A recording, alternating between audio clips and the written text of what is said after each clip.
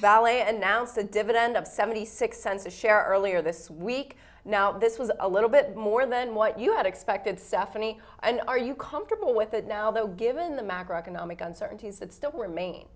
Yeah, I was pretty pleasantly surprised. It was a little bit more than people expected, a $4 billion payout instead of maybe 3.5% is what some of the analysts were expecting.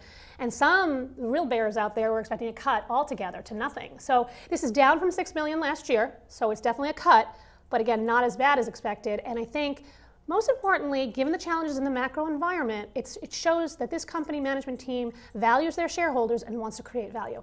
And what sources are they using to pay for this dividend? I know they're doing a lot of different things within the company to right-size their cash flows. Absolutely. I mean, they have been in a dramatic change mode, if you will, for 2013. They're selling non-core assets.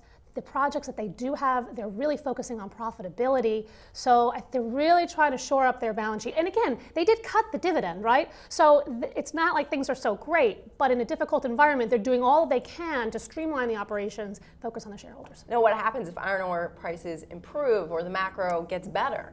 Yeah, well, so that's the reason why we own it, because we think the macro is going to get better. We do think China is on the cusp of a recovery. We do think that, like what we see in India, like what we see in Brazil in terms of rate cuts and stimulus programs. So if you believe that the global economies are going to recover, you want to own Vale, right? 40% of their shipments go to China, and they are the largest Brazil iron ore manufacturer. So you do have that exposure.